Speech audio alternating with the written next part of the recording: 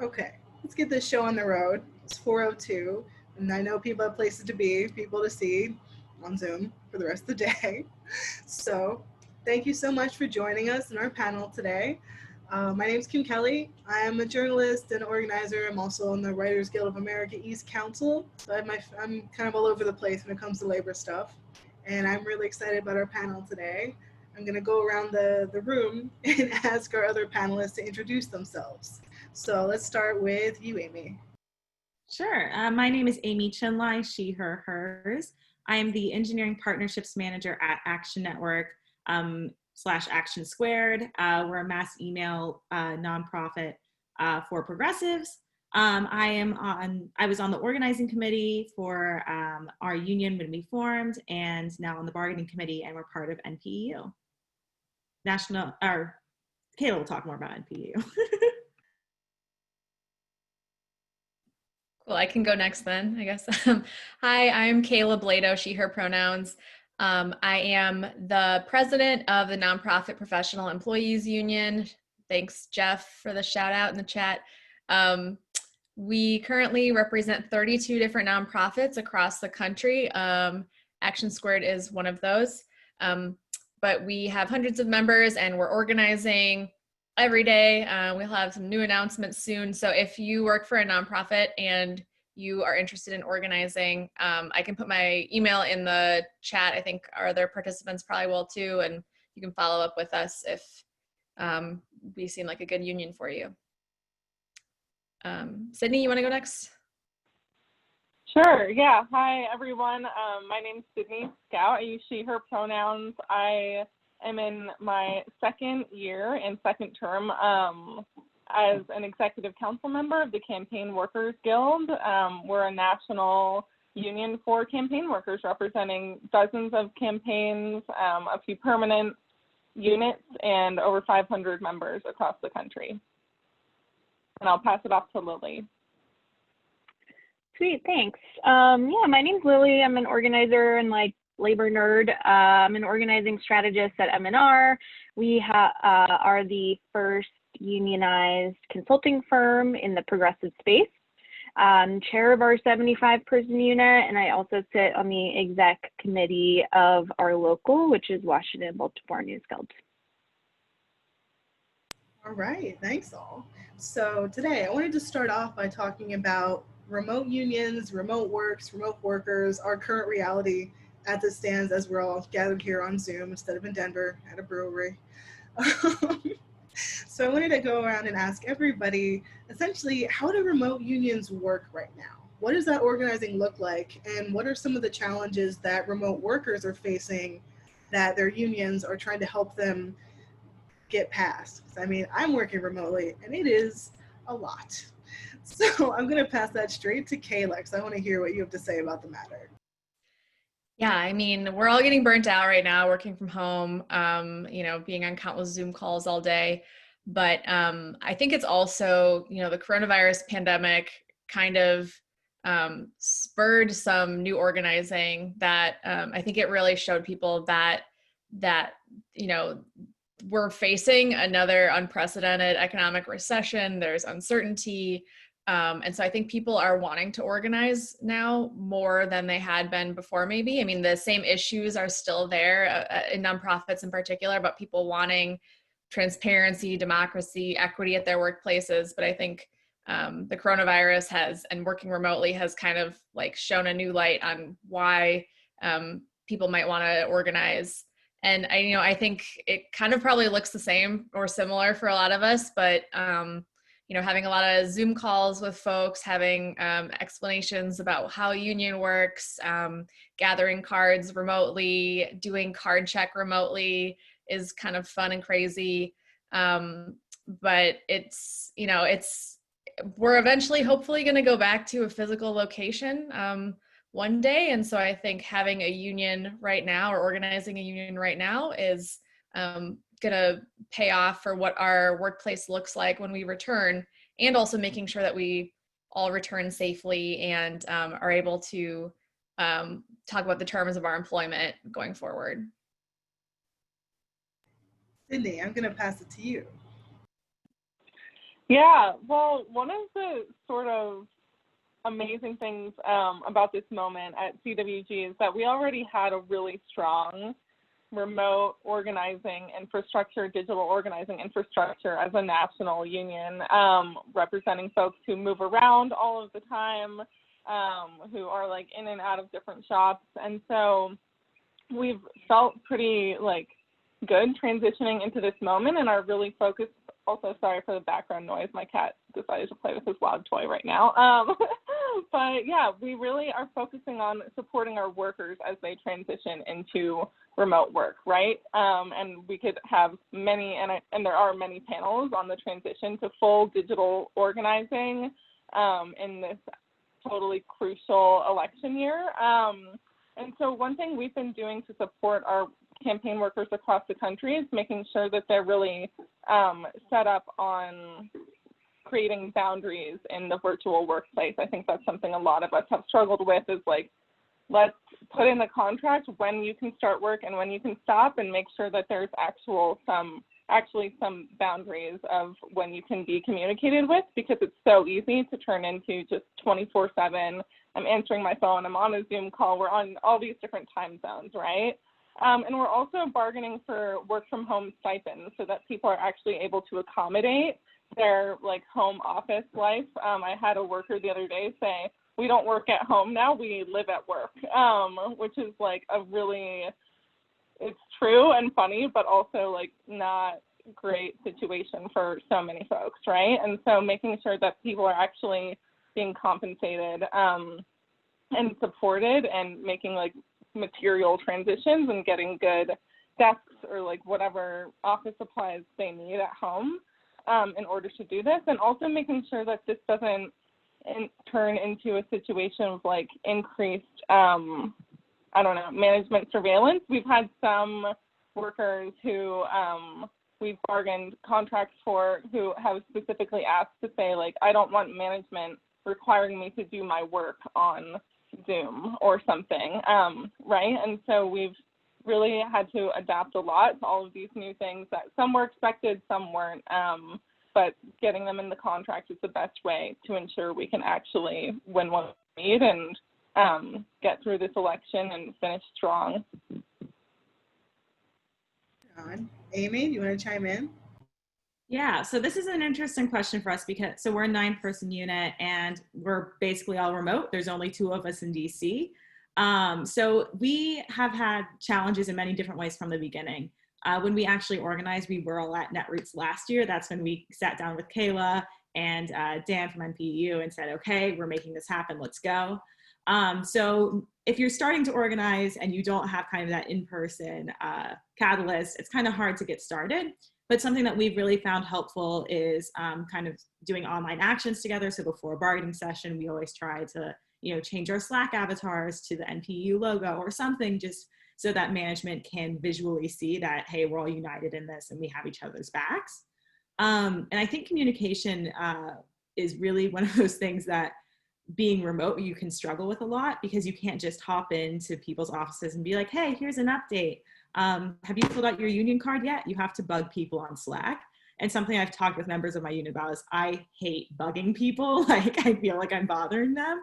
So that's something that as a leader in the bargaining committee, I've had to get over a lot, because we have to make the extra effort to communicate with our members.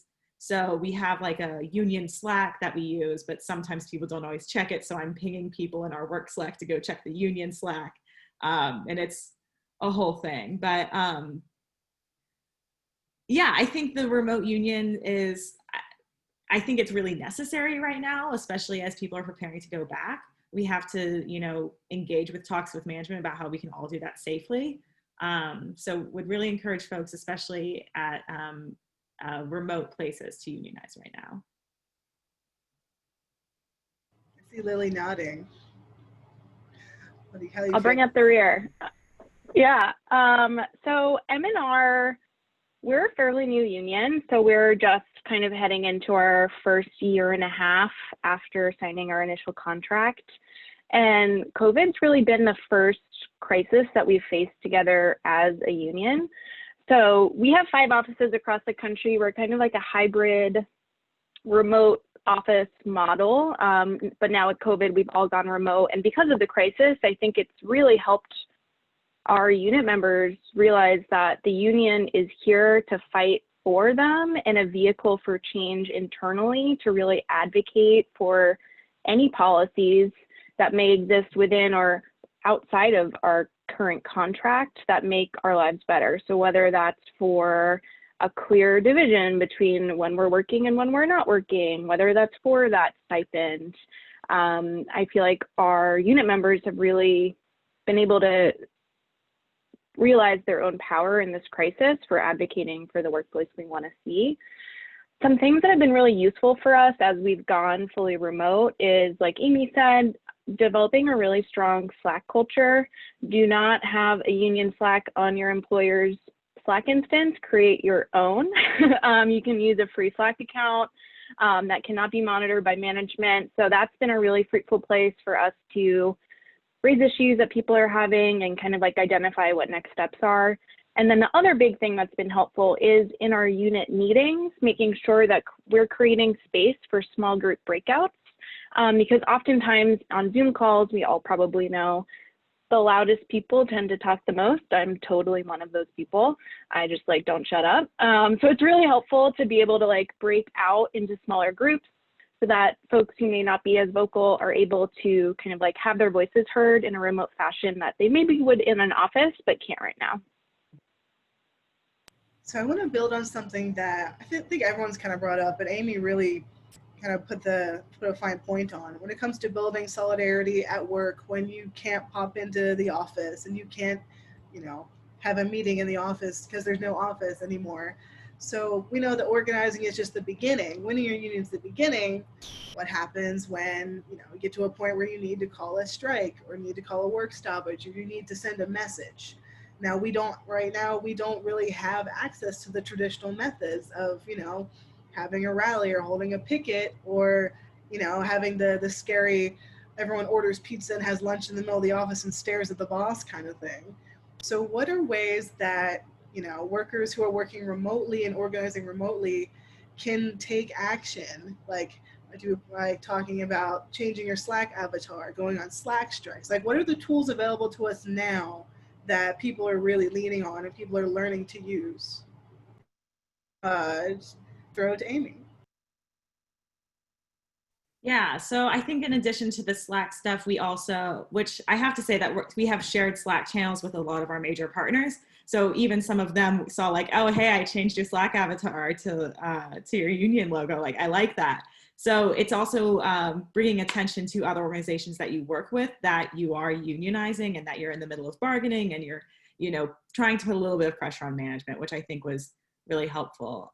We also wear our NPU shirts on staff calls sometimes.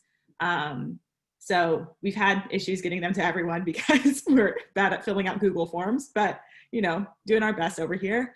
And yeah, I think we've never had to go on like a Slack strike or anything that is like the main way we communicate. Our management has been pretty good about respecting us. We're lucky in that way.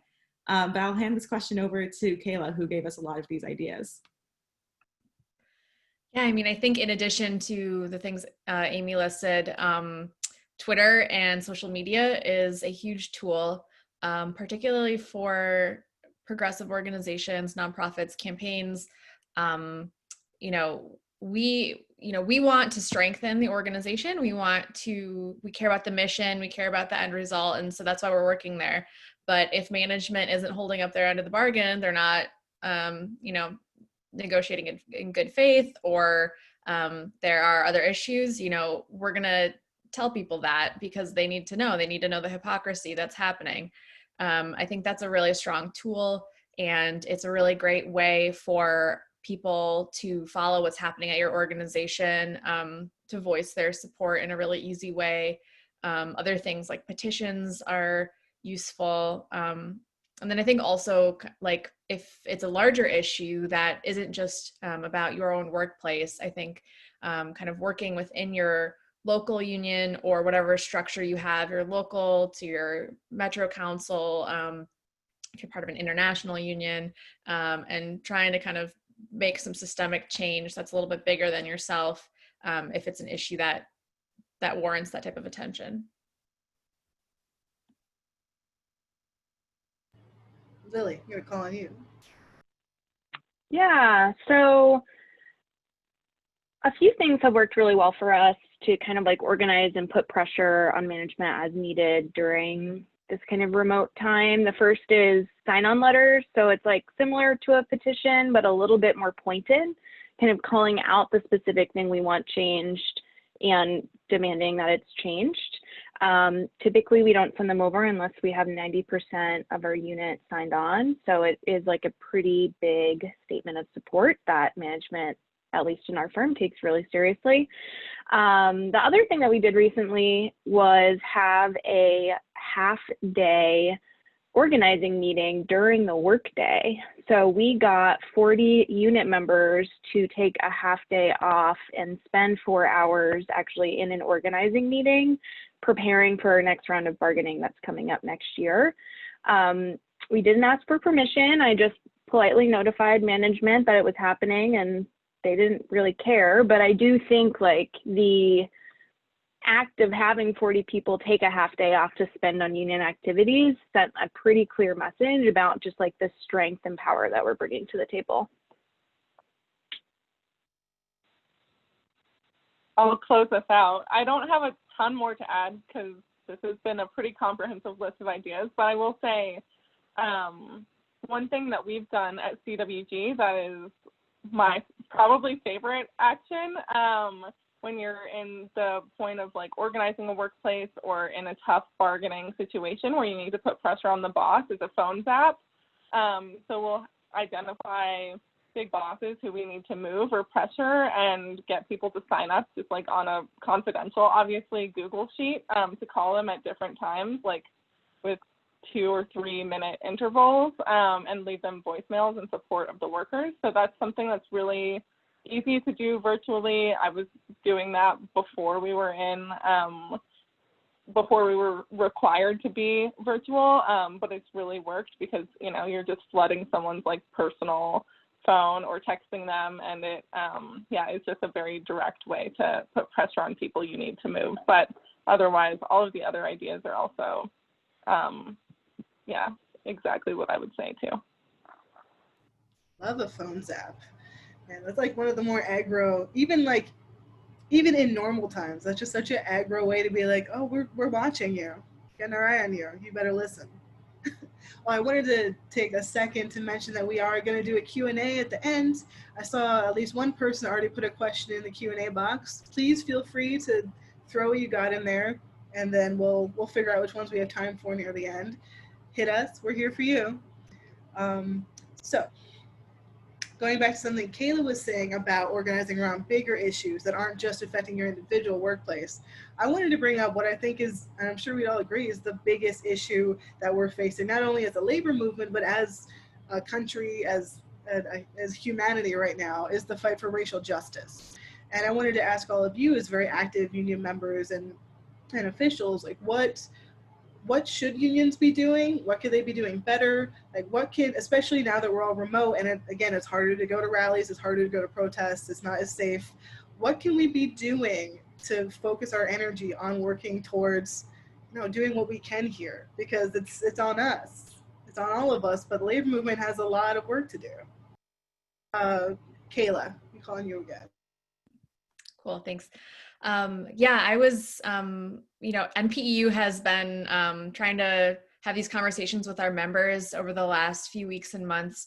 Obviously, the murder of George Floyd, Breonna Taylor, and others really caused a moment for the labor movement to kind of look at themselves, because there are police in the AFL-CIO. There are also police who are not affiliated, but as a local union that is part of the AFL-CIO, we had a town hall kind of talking to our members about what we could do in the community to talk about policing, but then what, if people would want to do a statement about disaffiliation, what that would look like. So we had a really great member-led team of people working on a statement that we had our membership vote on then, and we wrote kind of an open letter statement to the AFL-CIO leadership calling on them to disaffiliate the IUPA, the police union that's affiliated. Obviously, I think, it's a statement of values. Hopefully, it's a tough issue to organize on. It's going to take a lot of pressure, but I think we're in a position where most of our members really wanted action on this issue, and they wanted the leadership to be responsive. And so we really took a lot of time and really listened to people's concerns and what they wanted. And, the statement comes from our membership. It's not coming from our leadership. So I think that's to toot my own horn, I think it's a good example of how union leaders can listen and, really be responsive to the rank and file that are part of their union. I was so stoked to see y'all do that, because before you did, the WGAE, my union, was the only one who had done it. But now, we've set a precedent. There's this movement growing. It's not going away.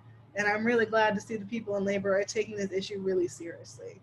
I wanted to pass either the specifically the police question or the racial justice question. They're very much linked to, I'm gonna go for Sydney. Just go around the room like we're back in school. Yeah.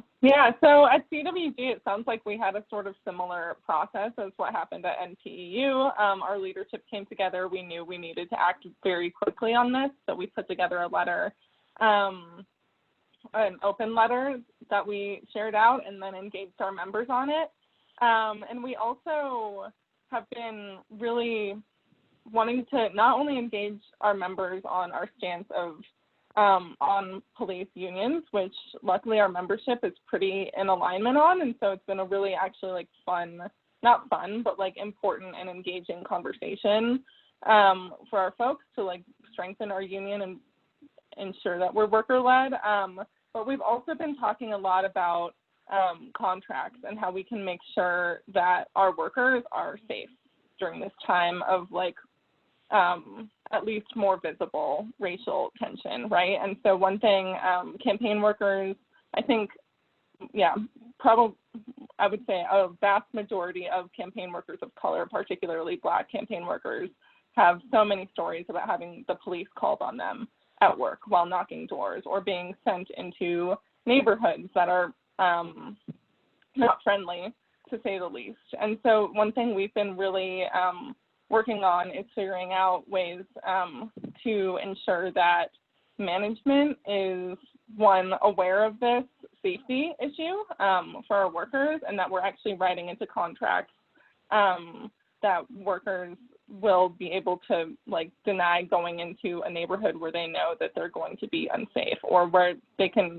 utilize the buddy system. And obviously canvassing is not a tactic we're in support of right now, but it is something that once stores become something we heavily rely on again, we want to make sure that we've used this moment to increase the safety of our workers in their workplace. Amy, your thoughts? Yeah, plus one to everything that folks have said so far. I think one thing within the unit that we've really focused on is our anti-harassment, anti-discrimination, anti-racist clause. We actually just TA'd on it. So we really tried to make it as progressive as possible, as a progressive organization, and an organization that definitely was not diverse at times.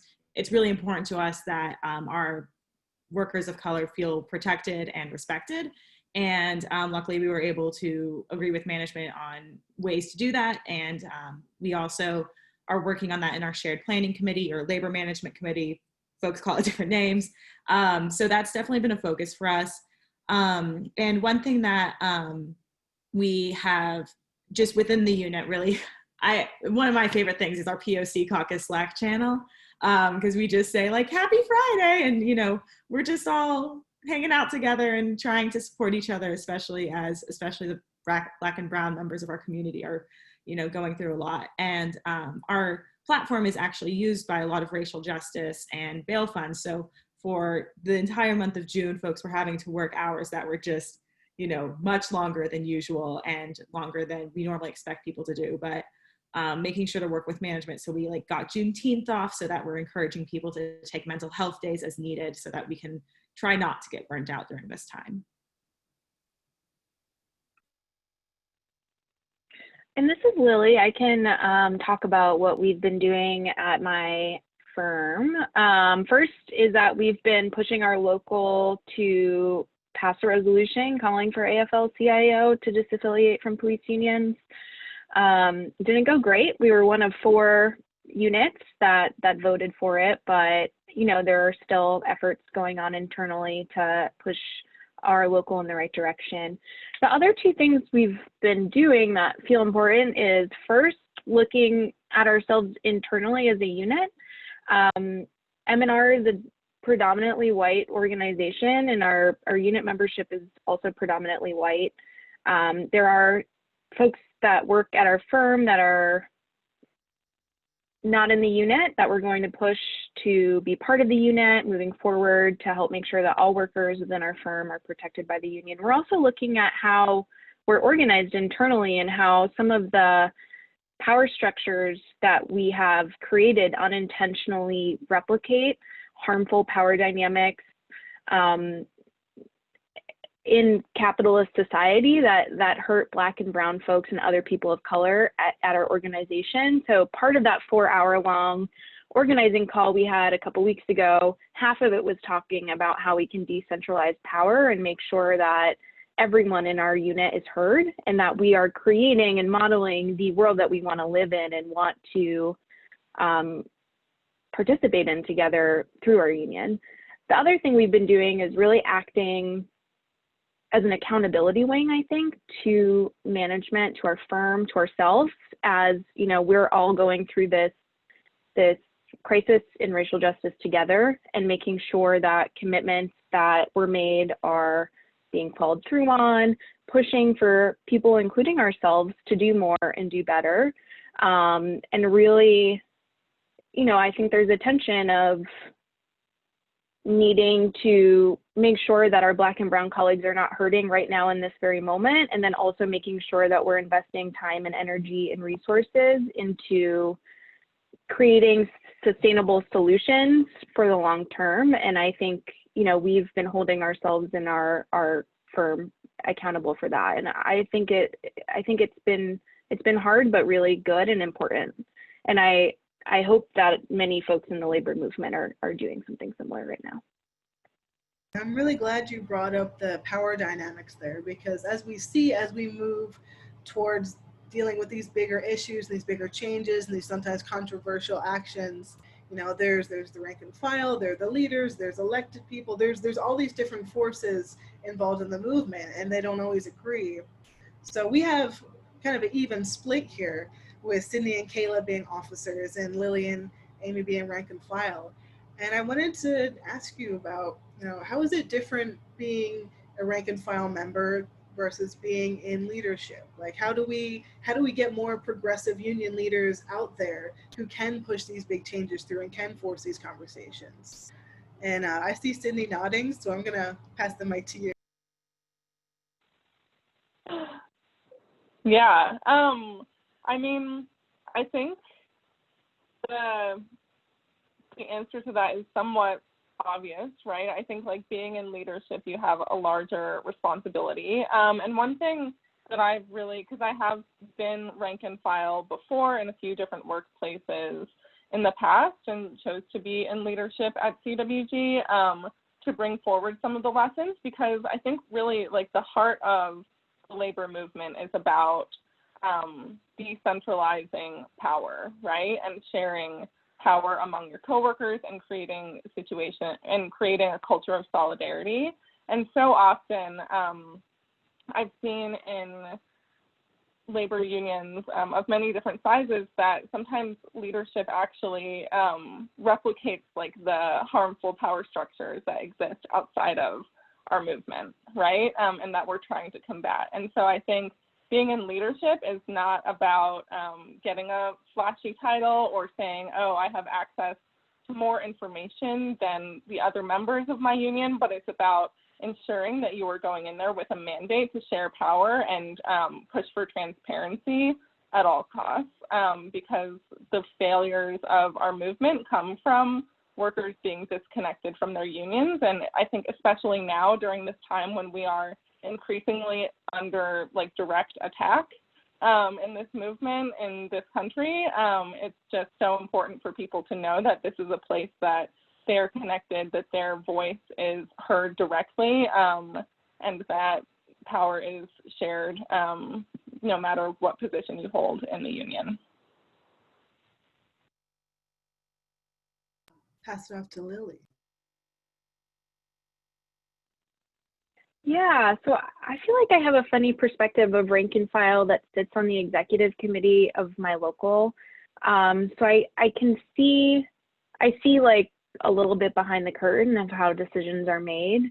And I've got to say, I think it's really important for rank and file members who maybe aren't super involved in the local to get involved and help kind of change the face of how things work.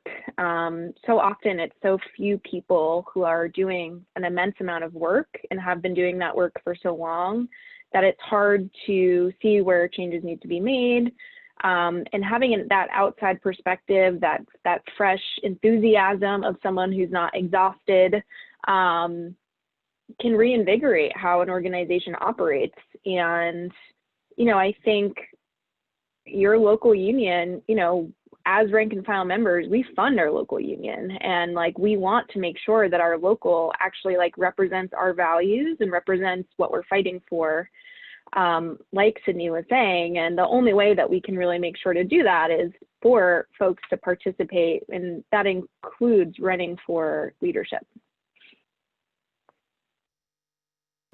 Kayla, see you nodding. Yeah.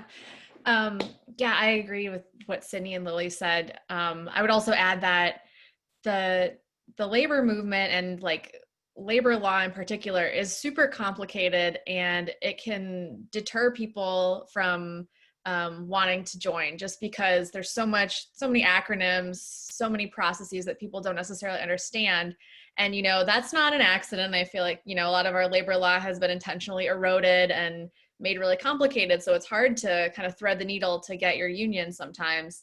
But I think we in leadership need to help bring people in and intentionally try to teach people and demystify some of the processes. And so, NPU just started a new internal program we're going to try in the next few months that is teaching volunteer people to be organizers. We're all volunteer anyway. We have 1.25 paid staff, but I'm volunteer. I think a lot of our other panelists here are volunteer. So kind of bringing in people, particularly, and making space for BIPOC and immigrants and LGBTQ people, because the leadership of the labor movement is, too old, too white, and we need to bring in, new people who are actually the workers of the country who want to see these changes. So, making intentional space and really taking the time and effort to invest in the new leadership and training people up, I think, is one of the ways to try to help people get more involved.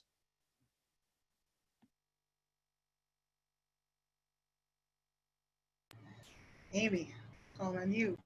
Yeah, I agree with what everyone has said so far. Not much to add. I think NPU has done a great job of really encouraging us to take leadership in our own unit and really encouraging us to take leadership roles and demonstrating how that's done. So they're doing a great job. Nice. I think we're getting to the tail end of the session. So, and I want to make sure we get to the questions that people submitted, because there's some really good ones in there. So I'm gonna ask you one more question, then we'll do a little closing statement, John, and then we can dig into what the people are asking about. So I guess, and this is something that I'm struggling with a lot too, is burnout and feeling crushed under the weight of the world and feeling helpless and feeling all these horrible things that I think so many other people are feeling at the same time, all at once as a world. And in terms of, remote work and remote organizing and being part of this movement now, how can we combat burnout, and how can we make sure that we're showing up for each other and supporting each other, especially Black and brown people who are facing such a heavier lift right now? What can we do to take care of each other right now in a real and material way? I'm gonna pass it off to Kayla. Oh my God, this is the $1 million question. But one of the initiatives that we just started was kind of this corny but cute name called Breaking Bread and Roses, where we have people in our unit in our local say they're interested in meeting, other members within our local, and they can specify if they want someone to meet with other people who are BIPOC, who are disabled, who are LGBTQ, whatever type of community they're looking for. And NPU will buy them delivery, so they get reimbursed for dinner, and then have like a cute little, hopefully not like a date, but like a small group little dinner discussion. And if they want to talk about the union, they're welcome to. They do not have to. But that was something that we launched a few months ago, and I think people said that they liked it, and it was a good way to meet other people in our union and kind of take a break from just the issues at our workplace, but really meeting people as friends and colleagues and just sharing a meal with them. Pass to Sydney. I'm so excited about that Breaking Bread and Roses idea. I'm like, I want to join.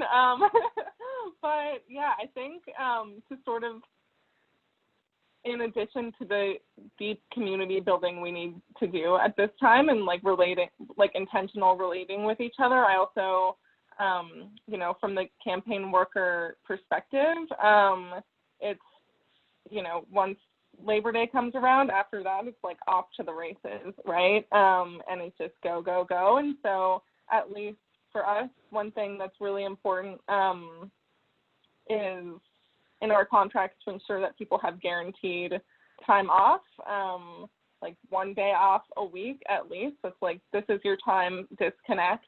And also making sure that, especially in this industry that is it ramps up, and by the end you're in GOTV just working around the clock, having dreams of elections, right, if we're not already, making sure that people get really strong severance packages on their campaigns so that they're able to really be in a stable position and sort of catch their breath after the election cycle ends for this year, because it's just so crucial. It's such a sort of boom and bust kind of industry. And the worst scenario in my mind is always that we lose the people who have so much heart, who are so dedicated and committed to this work, because it is just so exhausting if you're emotionally tapped into it, which I think so many of us are now. So, yeah.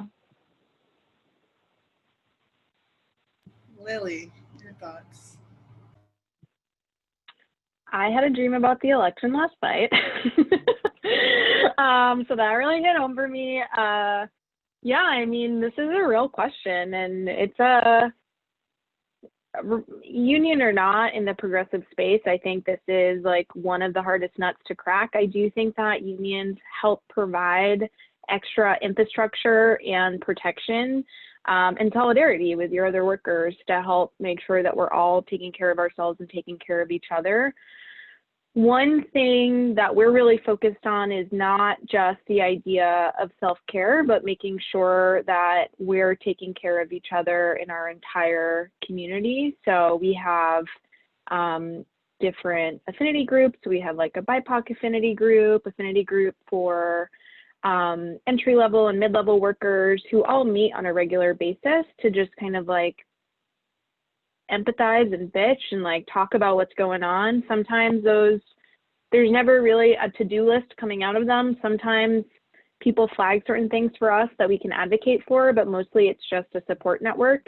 And another thing we're implementing are, I don't know really what to call it. We don't have a cute name, unfortunately, yet, but like a validation support buddy. So like, I know sometimes when I'm working on a really important racial justice issue or some sort of like rapid response crisis and like need positive affirmation to like go take a walk and take like a 30-minute break from my day.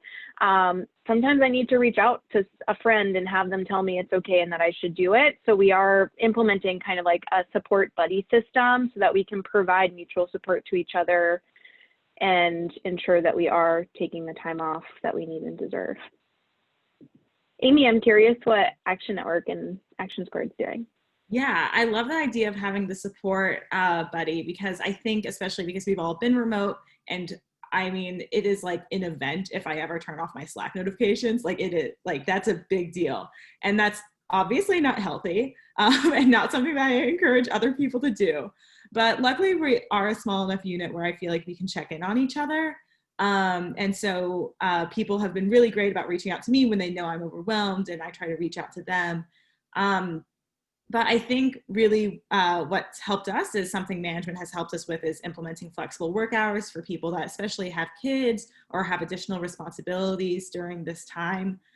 Because I mean, I just have a dog. I can't imagine taking care of a child right now. Like having a kid running around all day, like while you're trying to work, I can't imagine. So shout out to everyone doing that. So I think there's a lot that, you know, we can do in our unions. I think one thing that has been really tangible for us is our technology stipend, which we've always had. But right now, for those of us that aren't as used to working from home, we can use it on our home office. So we can buy a desk. I can buy, you know, an additional monitor because I didn't rescue mine from the office in time. Stuff like that. That's made a big difference in just how we can function on a day-to-day basis. Right on.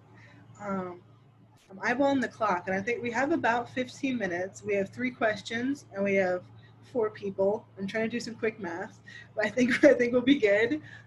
So real quick, before we dive into the Q&A part, I wanted to basically ask you all for just some final thoughts. Like, what do you want people watching this to leave this session with? I'm gonna go straight back to Kayla, who's like a soundbite machine. Thanks. I'm the director of media relations at a think tank, so got it down.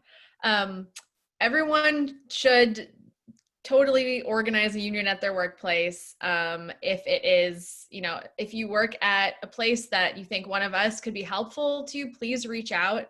I think, you know, the nonprofit campaign and progressive organization space is somewhere where we've seen so much growth over the last few years. You're totally not alone. Every time we talk to folks who are having their initial call, you know, we see the same types of things. And so I want you to know that you're not alone, and that you have a support network, and you should definitely tap into it. Reach out to a union if you haven't.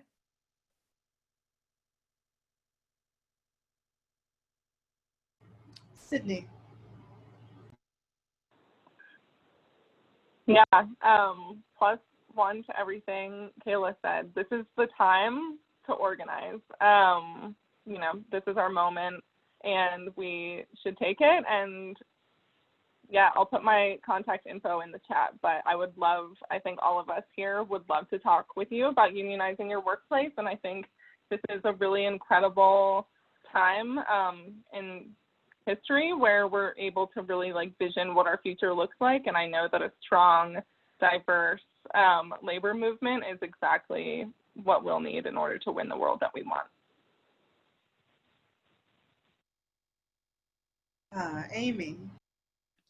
Yeah, I think so. As nonprofit people working in the progressive space, we care a lot about what we do, and we're really passionate about it, which I think does cause us to get burnt out and cause us to maybe not fight as hard for our workplace stuff because we just are so dedicated to the work. But that makes unionizing all the more important. So even if you are at a really small place like we are, where we only have 9 members, it's important that you do unionize. It gives you a voice, and all the resources and support that NPU has given us has been extraordinarily helpful. And so if you are in a small place, really recommend it.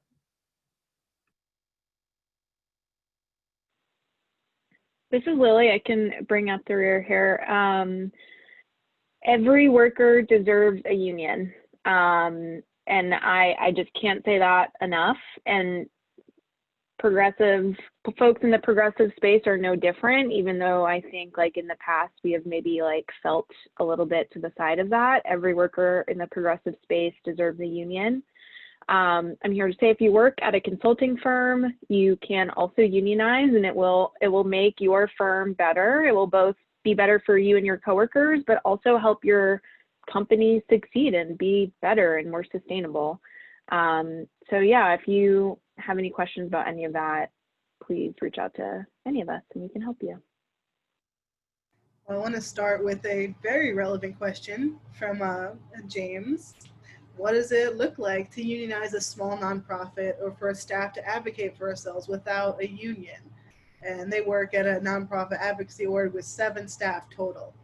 So that seems exactly like we were just talking about. Like, no matter how small, like, you can still win a union. So I guess maybe we could unmute and just open it up and people can just chime in. So go. Maybe I'll put Kayla on the spot, but whoever wants to answer these, we can go loose with this stuff. Yeah, I think Amy would be a good person to actually talk about this, since she just organized their shop of 9. Amy, you want to take a? Sure.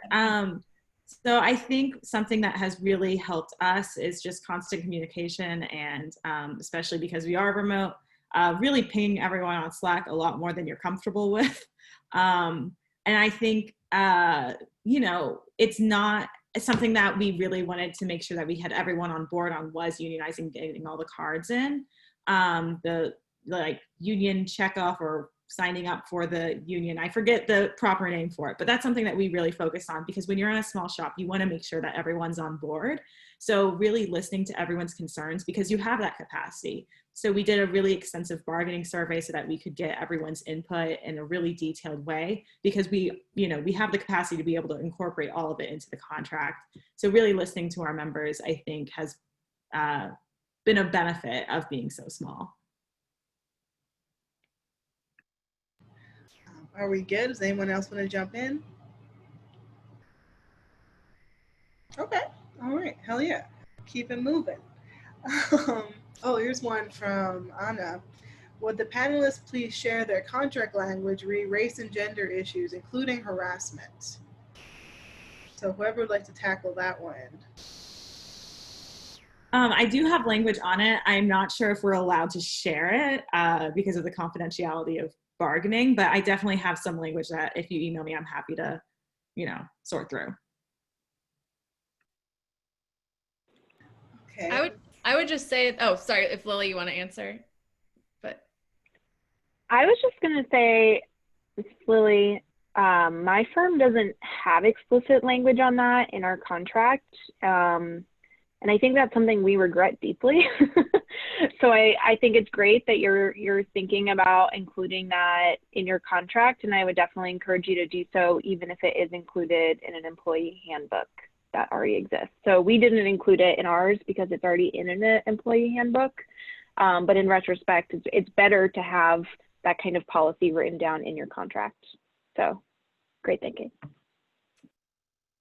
This is Kayla. I would just say that we have a lot of different contract examples with different language, but some of the themes tend to be around we have pay transparency at several of our units, which is a first step of kind of auditing how everyone is being paid and finding if there have been any cases of discrimination.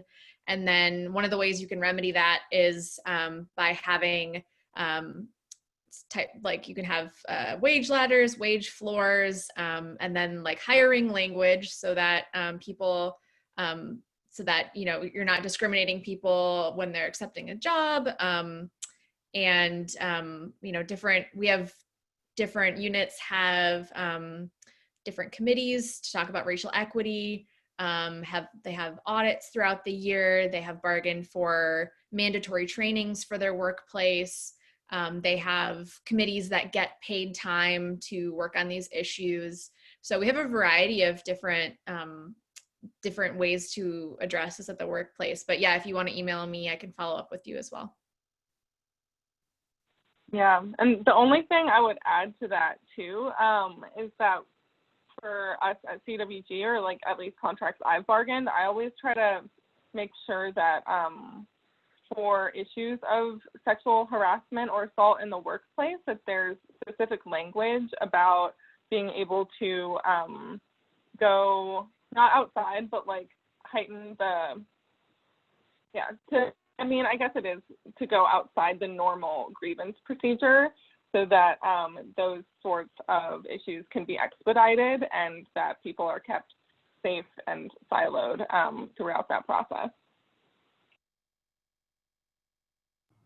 Okay, we have one from Shane. Hi, Shane. Saying, what does it look like to organize a digital publication workplace?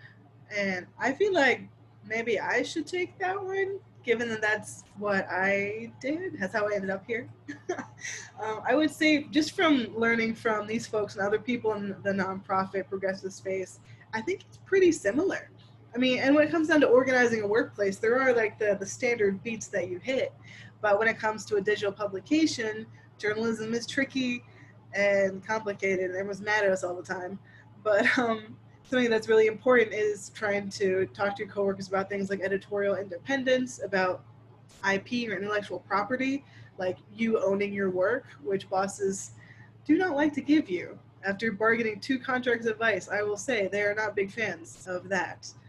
This is something that you can always hit me up and we can chat about. But if people are interested in that, people in general watching this are interested in organizing in journalism and media. That's kind of like, that's where I shine. If you want to hit me up, I can put my email address in the chat box there.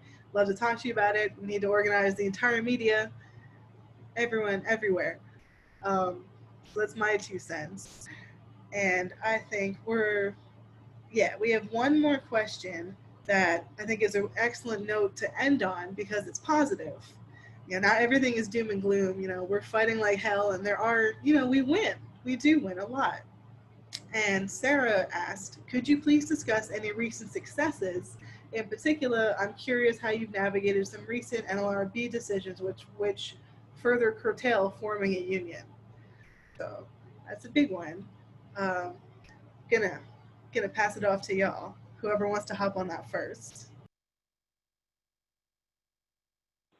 I have one recent success I was asked to share today, which is we want to congratulate the Act Blue workers who recently formed a union with us at CWG. Yeah, many of them are here. Many management side folks are here as well. So we look forward to heading into bargaining on that one. And that's been a really long organizing process with folks scattered across the country. But I'll also say, the NLRB has been increasingly unfriendly to unions with Trump's appointees.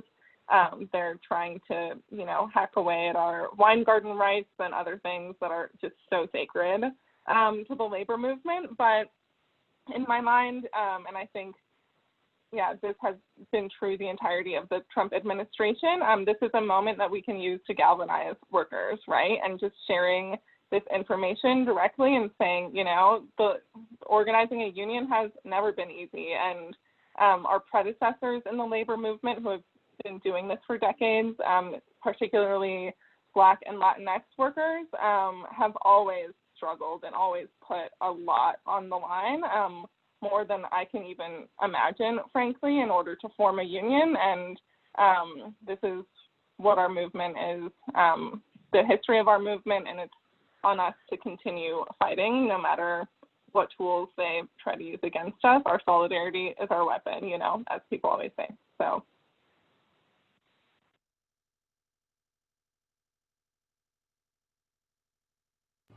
Does anyone else want to shout out a recent success? I feel like we could use as much good energy as possible at this point. I love Sydney's closing line, solidarity is our weapon. But yeah, I would just say that if any of our attendees are managers of any workplaces and your employees come to you and ask you for voluntary recognition, don't make them go to the Trump NLRB. Voluntarily recognize them through card check.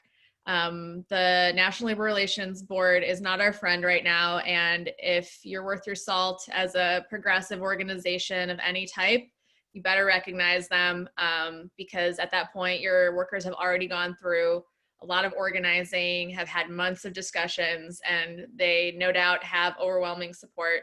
So I'm sure the people on this call are not those people who we should be speaking to, but I would say that, you know, for progressive organizations, voluntarily recognizing is the way to go over sending your unit to the Trump NLRB.